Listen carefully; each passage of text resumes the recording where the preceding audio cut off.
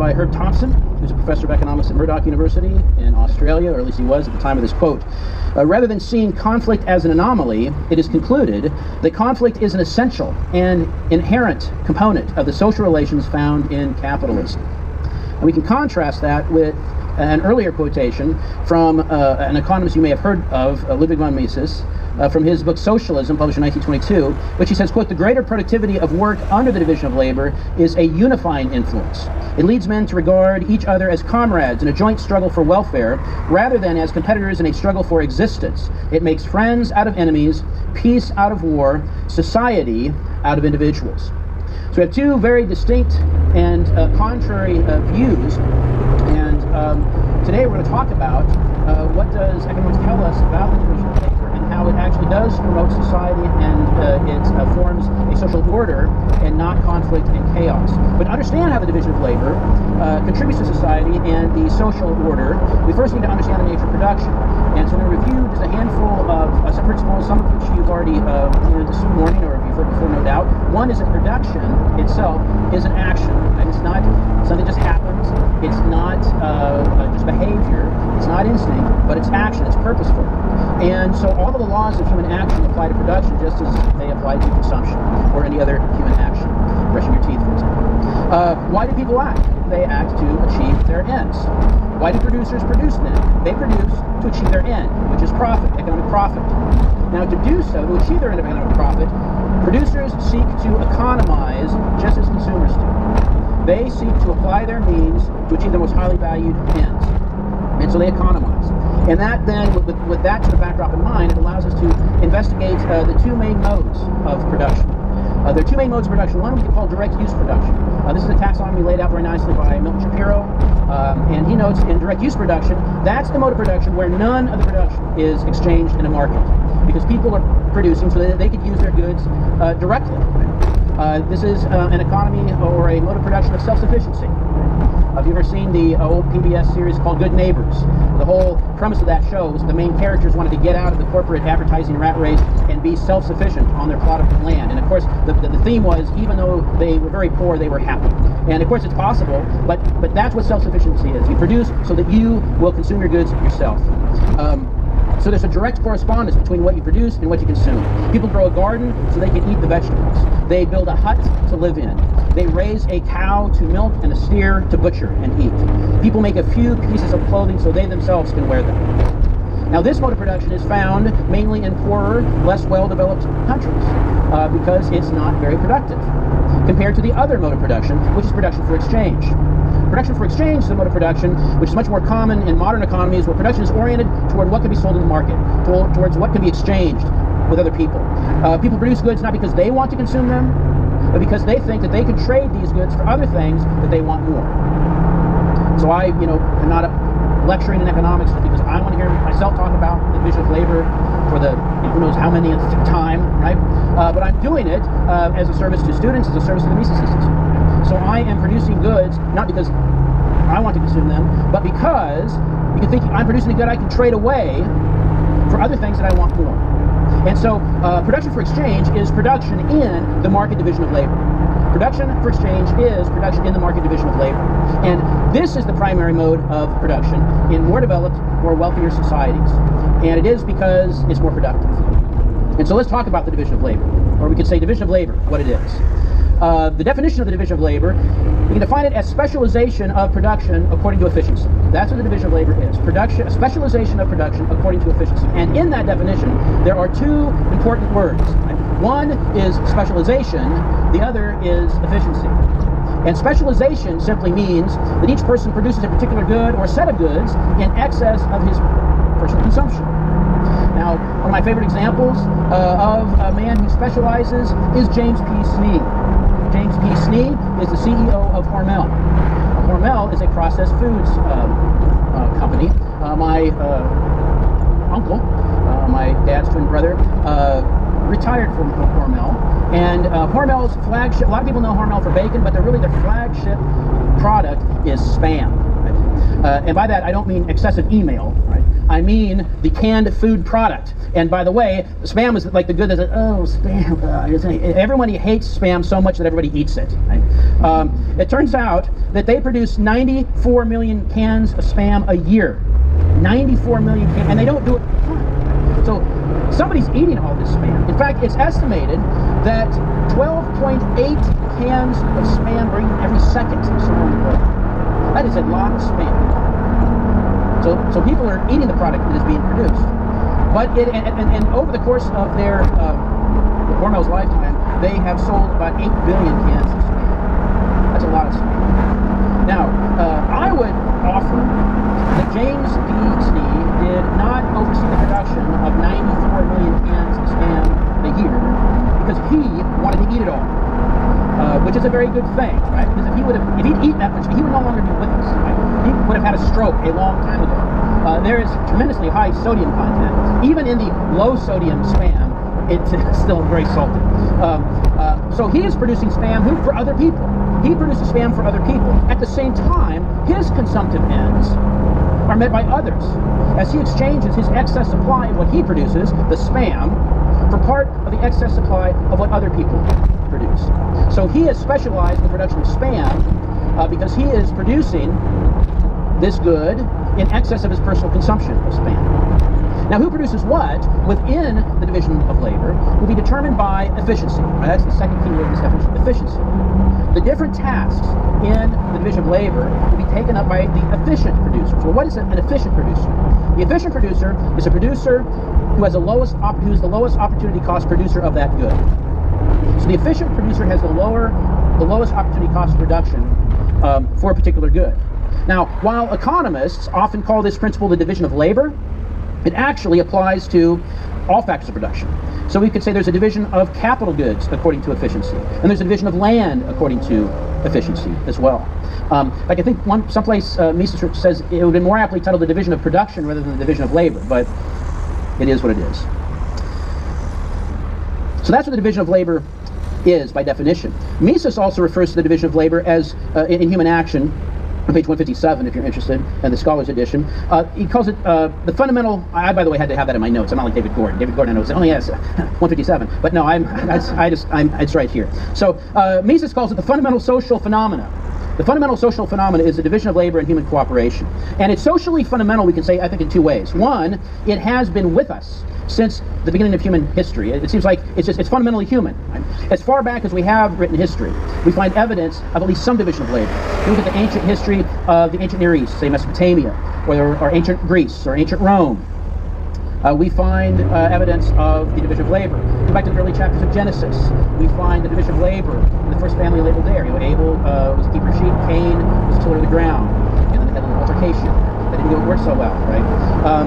It's interesting, all the descendants of Cain were identified primarily as different things that they did, right? Jabal had cattle, Jubal was a musician, Tubal-Cain was a metalsmith, which I always thought would make for a great heavy metal band named Tubal-Cain.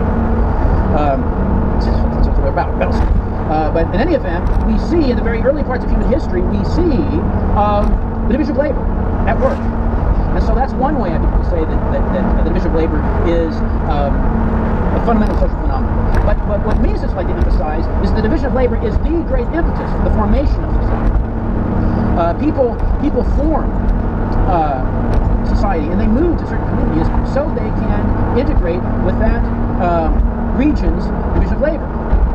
I moved to where I live, not just for the weather, not just for the gray skies, Western Pennsylvania. But no, I moved to where I moved because that's where there was a job for me. That's where I could fulfill my calling. I could plug myself into that part of the division of labor. That was where the niche was. And so Mises emphasizes that society is only possible. Society is only possible because of two things. One, the greater productivity of the division of labor, which provides the impetus to participate in the division of labor and hence form society. So the greater productivity of the division of labor, and two, people's recognition of this fact. People must recognize that by specializing according to efficiency, that's more productive.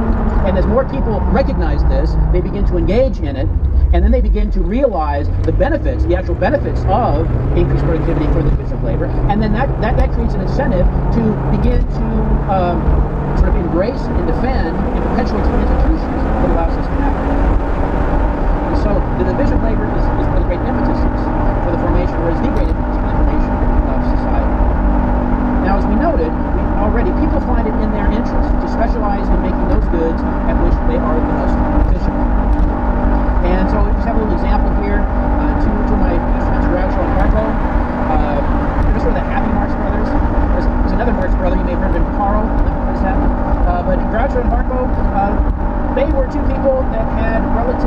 differences in their productive efficiencies. They could, suppose in this little primitive economy, they could produce mangoes or beef. That was basically it. And if we look at the first set of columns here we call production possibilities, what does that tell us? It tells us that Groucho could either specialize in mango production, produce 300 mangoes, or he could specialize in the same amount of time, the same amount of resources, etc. He could specialize in producing 600 pounds of beef. Harp, on the other hand, he specialized with all his time and resources and energy in producing mangoes. He could produce 100 bushels of mangoes, or he could do the same thing. He could produce nothing but beef, produce 400 pounds of beef. So, on the basis of those production possibilities, we can identify who is relatively more efficient than what. Now, what's interesting, when we look at Groucho, Groucho, it turns out, is more proficient in the production of both goods. Proficient just means he can produce more of what? He can produce more of what? Proficiency, a lot of economists will probably disagree with that absolute advantage. Absolute advantage. So Groucho can produce 300 mangoes per week. How many can Harper produce? 100. And so Groucho is better at mango production than Harper. What about beef? Well, Groucho can produce 600 pounds of beef if he specializes in beef production, or Harper can only produce 400. So it turns out that Groucho has an absolute advantage in both goods. Both goods. Now, Adam Smith, of course, famously responded to Mercantilism by saying, well, if two different parties have absolute advantage in different goods, it's ridiculous to stop them from trading with one another. It's better if Groucho's better at mango production and Harper's better at beef production, it's better for both of them to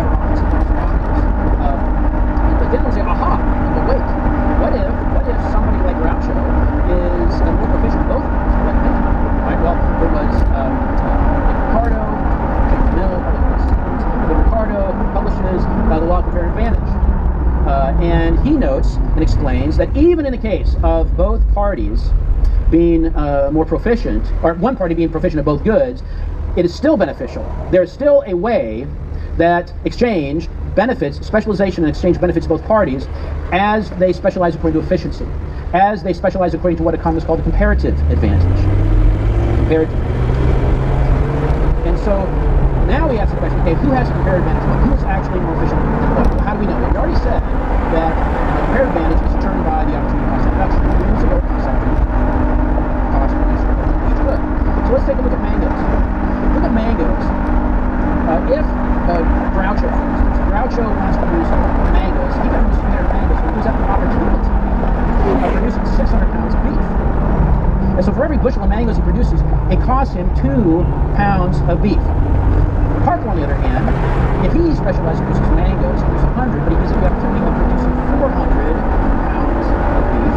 So every bushel of mangoes he produces, it costs him 4 pounds of beef. So he has a lower cost of mangoes. What's Groucho? Groucho is 2 weeks less than 400 pounds. So that's where his efficiency lies. That's where his efficiency lies. Groucho is a more efficient mango producer. What about beef? Well, he worked the